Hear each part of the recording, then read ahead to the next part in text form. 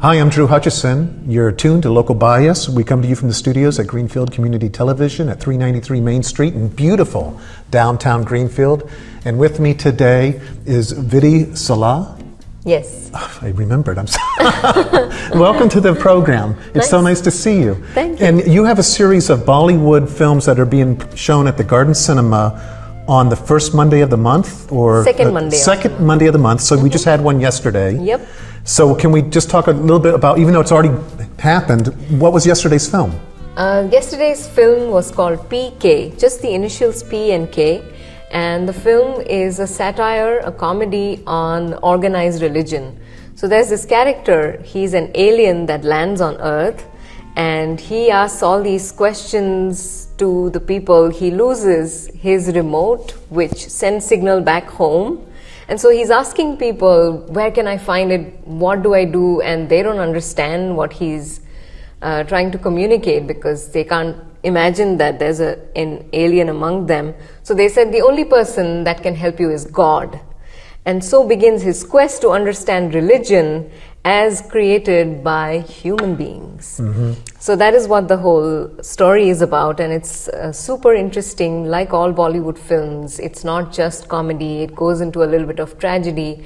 There's a romantic subplot between these two people who are from different religious sects and countries. The woman is a Hindu from India and the guy is a Muslim from Pakistan.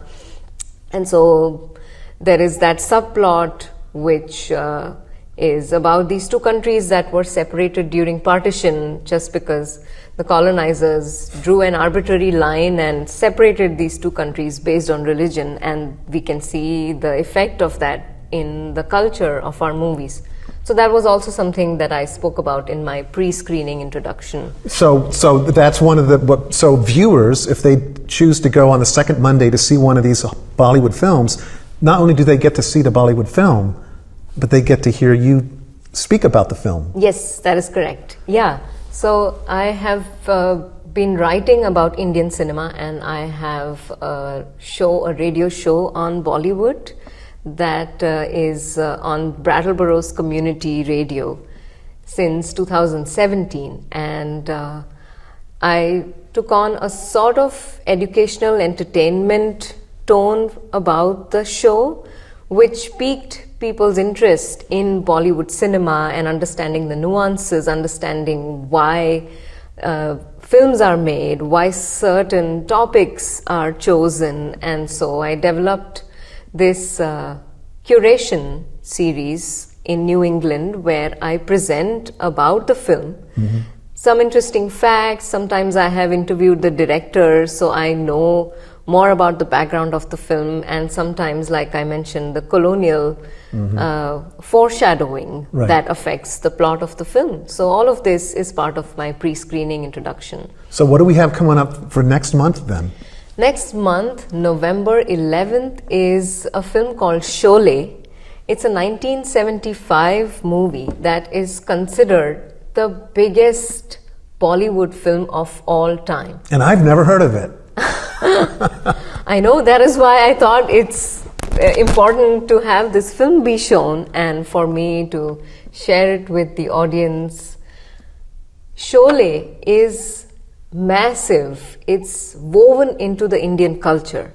So the plot is about these two renegades, these two outlaws that are hired by a former cop to avenge his family's, I won't give away the plot too much, but to avenge this dacoit who is pretty prominent in the area. And so it alludes a little bit to Seven Samurai in the way that this village is being harassed by dacoits, and these two people are the only ones who can save them from them. So that is one of the major influences. And a lot of Western films are a major influence on the plot, but it's a very, very desi film. And the year in which Sholay was released, after the first week of buzz and people being torn about whether they like the film or not, it gained so much traction that there were snaking queues outside the cinema hall for months, I would say years on end. And people watched Sholay 5, 10, 15, 20 times. And after the film was sufficiently popular, the makers released an LP of just the film's dialogues, because the dialogues were so legendary and so memorable that these LPs would play in hair salons and local shops, and people would just stop on streets to listen to them and mouth the dialogues themselves. So it's this really, really fascinating film about not just the Indian culture, not just the Indian film industry, but the whole culture. Well, and the thing is, it ties everybody together. It's a common experience. Yes, that's right. And what has happened in today's world with the internet, everybody can go off into their separate silos, and we don't have the common experience anymore. Right. So to have a taste of that, I think, is really beneficial. Yeah. Well, what are some of the other films? I know you have one from the 1950s I saw. Yeah, that's right. So that is the January screening, 1955 film Shri 420. 420 is the Indian Penal Code for fraud, and Shri 420 means Mr. 420. Okay. So it's about this character who is modeled on Chaplin. The actor, director and producer Raj Kapoor was hugely influenced by Charlie Chaplin, and he created this character that was like the tramp, wears a suit and with cropped pants and wears this bowler hat and walks around with a little stick and all his belongings tied in a little sheet at the end of the stick. And so Raj Kapoor plays that character who is an orphan, and he comes from a small town to Bombay City in search of work. And that's his first introduction into the illusory Bombay City, the city where you can dream big, but you are also susceptible to fraud. And you can also get wrapped up into the world of gambling, business tycoons, gangsters, all of that. So that is, and the film has this really strong social commentary. It talks about unemployment, it talks about social class inequality, and it does it beautifully with some lovely songs, and there's of course a romance plot. Bollywood films love their romantic in fact, that seems to be a trope in most of them. Yes, I would say that, because I will quote a Bollywood director, Zoya Akhtar. She said that because the culture is so deprived of love in a public space, that our films are full of love. So when you say not love in the public space, is that because there's restrictions from showing affection in public? Yes. Okay, because the love is there, but it can't be demonstrated. But it can be demonstrated. So PDA is not welcome in the social setting, and that is why people love watching romance on screen, and they love watching two good-looking people fall in love and fight all odds to be together. So yeah, that is the 1955 film, which will be on January 13th. Okay, and you have, so that's the last one of this series? That's the last one, and the December 9th screening is a film called Queen. It's from 2014, so I have tried to choose films from different timelines, and you can also see how Bollywood cinema has evolved, sort of, but also some of these films, they have aged well. That's why I have chosen them. And so coming back to the 2014 film Queen, it's about this girl whose fiance calls off their wedding the night before, and she's devastated, but they have tickets booked to go to Europe on a honeymoon, and she is like, you know what, I'm just gonna go by myself. And so that's the first such Indian film where a girl sets off on a honeymoon by herself. Oh, because normally in society there would need to be a man. There would need to be a man, and so there are lovely scenes where she checks into the hotel and they can't find her name, and she's like, okay, can you find Mr. and Mrs. Malhotra? And that's how, so yeah, that's That's an endearing feminist film, which is a pretty good time in India when those films were coming out in the 2010s decade, and so that's a lovely film that I would encourage people to come out, especially women, to come out with their mothers, with their girlfriends, with their sisters, and enjoy the screening of Queen. And you yourself, your background is as a journalist who helped write about these Bollywood films. Right. So tell me, how did you get involved in journalism in the first place? I was working for a movie ticketing website back in Bombay, and I started out as a rookie journalist, interviewing some celebrities and editing stories for a senior journalist, her reviews. And later, I started writing my own pieces for this performing arts magazine. There's a prestigious performing arts venue called National Center for the Performing Arts, NCPA. And so they have previews of the shows that they are going to do. And they had me write about the veteran Bollywood artists that were going to be paid a tribute to, or that some existing composer is going to perform melodies of certain artists from the past. So all these articles I wrote for that magazine. Now with Bollywood, you're talking about the singers and do all the Bollywood films have singing and dancing? Is this like a must part of a Bollywood film? Yeah, in a way, yes. Most Bollywood films have song and dance. And the history of Bollywood cinema is in Parsi theatre, which was a form of theatre where people were entertained, and there was live music and dancing on the stage as part of these theatre performances. Okay. And so when they developed into films, people expected song and dance automatically, or they were woven automatically into the film.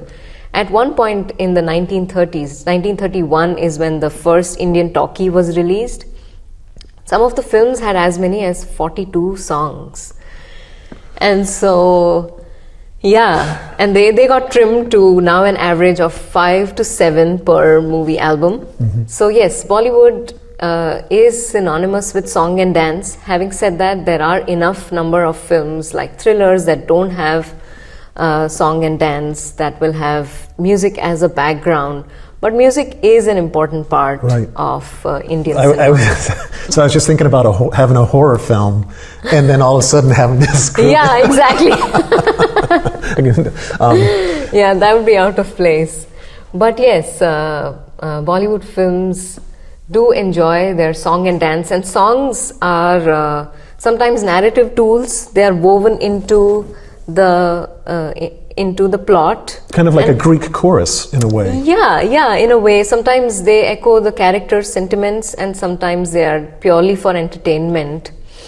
And in fact, I forgot to mention that I also write a column for local Vermont newspapers. The Brattleboro Reformer. Brattleboro Reformer, Bennington Banner. So I have several pieces on, I've been writing for a year now, a monthly column. So there is a piece I wrote about music in Bollywood and how it all started, and you can find that on my website. And so in the description that when we upload this interview to YouTube, I'll put your link to your website. I went to it and it was lovely. Oh, great. There's a lot there. In fact, more than we could talk about in half an hour. Yeah, that's true. That's true. I have written a lot. And you were telling me you met your husband. He is from Vermont. Yeah. And he was in India, and he's a musician. Yes, that's right. And so it sounds like a Bollywood film right there. Certainly, yeah, I definitely feel that way. My husband is from Vermont, and he had been learning Indian classical music since 2006. And we met at this heritage hotel that I was managing, as well as part of the organizing committee for the Heritage Festival, and he came to perform a concert there.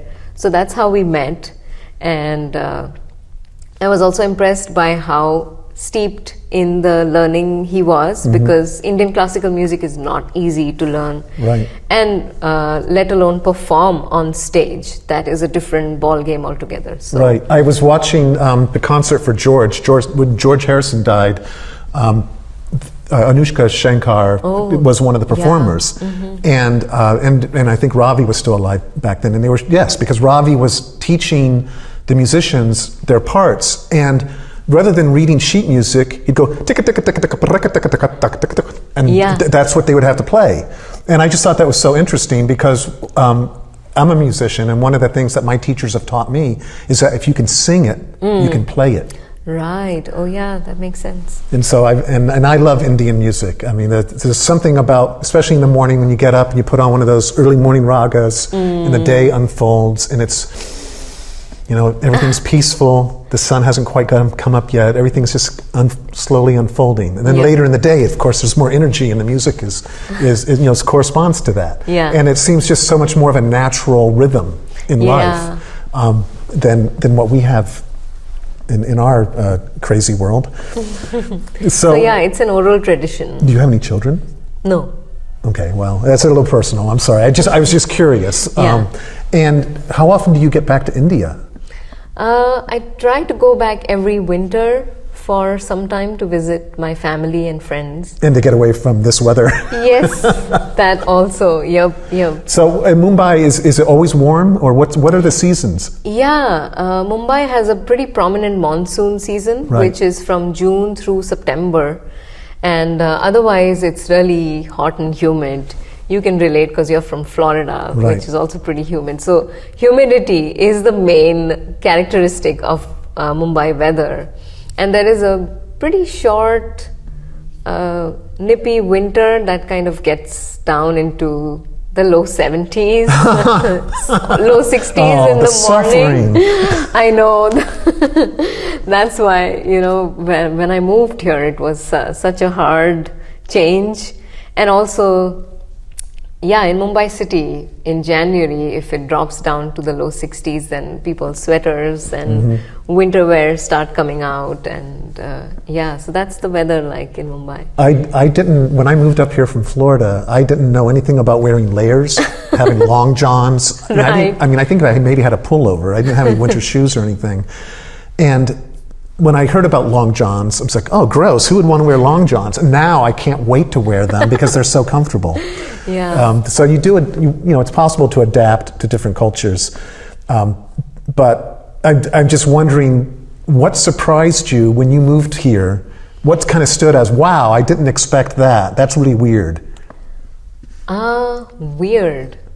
I don't know. Was it the food, or was it people's attitudes, or... I think that there is generally a lot of I don't know how to put it. I love the sense of community in New England, but people can be a little sheepish, especially when it comes to interacting with other cultures or coming out to watch a Bollywood film, because sometimes it's hard to convince people what you can expect. Right. To engage with something like that. It's either from not knowing what to expect, or just something from a different culture that they don't know how to engage with. Now, have you found that the people that have gone to one of the Bollywood films that you're showing end up coming back and seeing? Yes. Okay. They come back repeatedly and bring more friends to the other screenings. So yeah, that has been the case. I have been doing a series at the Latches Theatre in Brattleboro. Right. And now it'll be the third year of me doing a weekly series there. Wow. So we do one film every week, a couple of times in the week. And people will come for repeated screenings because we show the same film a few times in the week.